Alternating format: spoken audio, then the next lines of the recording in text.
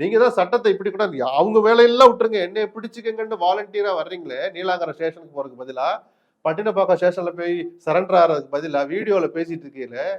இவ்வளவு தூரம் உங்களுக்கு அந்த எண்ணம் இருந்தா புசி ஆனந்த், மதியழகன், இன்னும் சில தலைமுறை நிர்மல்குமார்லாம் எங்க இருக்கான்னு சொல்லிருக்கணுமா இல்லையா? முதலமைச்சர் பழி வாங்குறாரு சொல்றீங்களா, கொஞ்சமாவது மனசாட்சி இருக்கா உங்களுக்கு?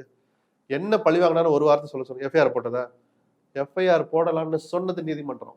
இந்த நிபந்தனைகளை மீறினால் நடவடிக்கை எடுக்கலாம் காவல்துறைன்னு அனுமதி கொடுத்தது நீதிமன்றம்.